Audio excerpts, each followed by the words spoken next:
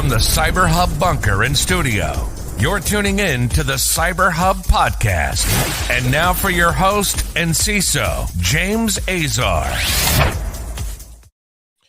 Good morning, everyone. Welcome to Tuesday, November 8th, 2022. It's midterm election day. If you haven't gone out to vote yet, please exercise your civic duty. Take some time and go vote. Doesn't matter who you vote for, but be part of the democratic process. It's critical. Good morning. Welcome to the show. Packed show today. Packed show. Japan, China, 50,000 Bitcoin seized by the Department of Justice, and so much more on this morning's show. We've got a follow-up story from yesterday as well. So we're packed, we're loaded, we're ready to go this morning. Let's grab our cup of coffee and get this show going. My double espresso, whatever you're drinking this morning, I hope it powers you through this Tuesday because it's going to be a long day, folks. It's a long day. It's a stressful day for many. But nonetheless, we'll all still be here tomorrow. Coffee cup cheers. Yep. All right. We're going to start off with our first story of the day. Google patching a high-severity privilege escalation vulnerability in Android. The rolling out of Android November 2022 security update patch for over 40 vulnerabilities, including multiple high-severity escalation of privileges bugs. The first part of the update, the 2002 November 01 patch level, includes fixes for 17 security defects, 12 of which could lead to escalation of privilege, 3 to denial of service, and 2 leading to information disclosure. All of these are high-severity vulnerabilities impacting Android 10 and newer releases, except for one bug. All of them impact Android 13 as well. The most severe of these issues is a high-security vulnerability in the framework component that could lead to a local escalation of privilege with no additional execution privileges needed. Google has also mentioned 2 additional vulnerabilities as part of the Google Play system updates, namely CVE 2022-2209er and 2022-20463. The second part of this month's Android update, the 2002 11.05 patch level, resolves 26 additional issues in Imagination Technologies, MediaTek, Unisoc, and Qualcomm components. So lots of updates. Make sure you get those addressed within your Android environment. US seizes over 50,000 Bitcoins worth nearly $3.3 billion linked to a Silk Road dark web. The Department of Justice on Monday seized 50,676 Bitcoins in November of 2021. That was stolen back in 2012, the hack of the now defunct Silk Road dark web marketplace. The Bitcoin, which was obtained in 2012 and valued at $3.36 billion when it was discovered last year, is now worth $1.4 billion.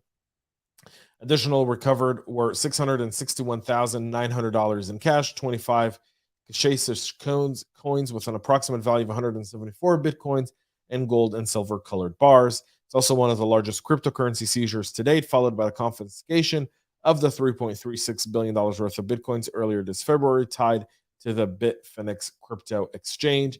The Justice Department said the seizure on November 9th, pursuant to a search warrant issued to James Zong's house located in the U.S. state of Georgia. It also said that the keys to the tokens were found in an underground floor safe on a single board computer that was submerged under blankets and a popcorn tin stored in a bathroom closet. The 32-year-old pleaded guilty to one count of committing wire fraud in September of 2012 when he unlawfully siphoned the cryptocurrency from Silk Road. The charges carries a maximum sentence of 20 years in prison. Mr. Zong executed a sophisticated scheme designed to steal Bitcoins from the notorious Silk Road marketplace, according to IRS CI Special Agent in Charge Tyler Hatcher. Once he was successful in his heist, he attempted to hide his spoils through a series of complex transactions, which he hoped would be enhanced as he hid behind the mystery of the dark net. So a whole lot there, but nonetheless, they've recovered the money. And there it is. This happened to be in our home state of Georgia, folks, for those that are watching from Georgia. Azov Ransomware is a wiper that's destroying data 666 bytes at a time. Can't help but laugh a little bit when, you kind of see these threat actors kind of use like 666 or all kinds of different numbers in this kind of stuff. It's kind of like the imagination in the malware. It's kind of like the piece of that. Again, not not laughing at the fact that that there's malware, but I'm kind of giggling slightly because it's kind of their creativity. So Azov Ransomware, we talked about it now for about a month and a half or so, is starting to distribute, was distributing, and this malware is strategically targeting Ukraine and countries supporting Ukraine. The ransomware note told victims to contact security researchers and journalists. They tried to frame this on Bleeping Computer and many others. Well, it's a diabolical data wiper.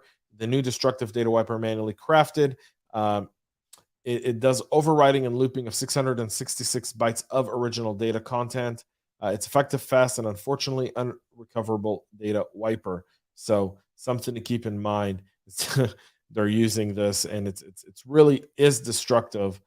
So you want to make sure that your EDR, your MDR, your endpoints, you're kind of understanding how to detect this piece of ransomware, and you're addressing it from the get-go. Yesterday, I talked about this story a little bit. China's Flaw disclosure law, which is leading to a zero-day exploit surge. Microsoft has given a little bit more detail after yesterday's story. I also happened to get a lot more information after the show yesterday, so I wanted to share that with you. So China passed a vulnerability reporting regulation that went into effect September of last year. We talked about it, go back to our shows in July, August, and even September. And even before that, I think April and May too, that I was talking about this on the show, around the fact that all this is going to do is arm China with a bunch of zero days. Well, this is now being really confirmed and validated across the entire globe, where a lot of software companies are now debating how they do business in China and how they deal with vulnerability disclosure requirements coming from the Chinese cybersecurity community that's friendly, that's actually white hat, not black or gray hat, not working for the state, but rather trying to be part of the greater cybersecurity community. I happened to speak to someone yesterday who is in China, part of one of the, what I like to call one of the good folks there, that I'm acquainted with. And one of the things that kept coming back in our conversations was the fact that the Chinese government decides which zero days they want to report out and which they don't. They then create exploits for them and start to take advantage of them. And that's kind of common. It's what's known over there to be the modus operandi of the Chinese Communist Party and the Chinese government as such. So they're stockpiling these towards weaponization, and then they'll use them as they see fit in order to gain political leverage or economic leverage of sorts there as well. There is a pressure within China and within the Chinese cybersecurity community to push back against it. I've been told that some people have been jailed for reporting or fined for reporting stuff directly to companies and not through the law itself. So just lets you know, we really have to be mindful of that and continually work with our partners. The cybersecurity community as a whole has no borders. Where we don't identify by our nationality, we identify by our passion to ensure that we practice safe cybersecurity. Finally, Japan has formally joined the NATO's Cooperative Cyber Defense Center of Excellence on Friday, several years after former and late Prime Minister Shinzo Abe announced the nation's intention to do so. Japan's Defense Minister Seiichi Hamida told journalists that the move would help the Ministry of Defense strengthen its relationship with other countries, while the Ministry of Defense's English language Twitter account also stressed the value of Japan's collaborating with international partners. The late Prime Minister Abe originally announced Japan's intention to join during a 2018 visit to Estonia, where the center is based and hosts its National SciCon conference. It follows Japan's participation in NATO's Locked Shields exercise in 2021, an enormous cyber war game in which the fictional member state of Berelia faced an adversarial attack, attacking its civilian critical infrastructure and military infrastructure. So Japan now joins this fun. So good for them. Welcome to the fun games. The government of Japan. Look forward to seeing y'all at some of these war games. That's it for our show today, folks. We'll be back with a whole lot more tomorrow. Like I said, midterm day today, election day. No matter what you do, exercise your civic duty to go out and vote.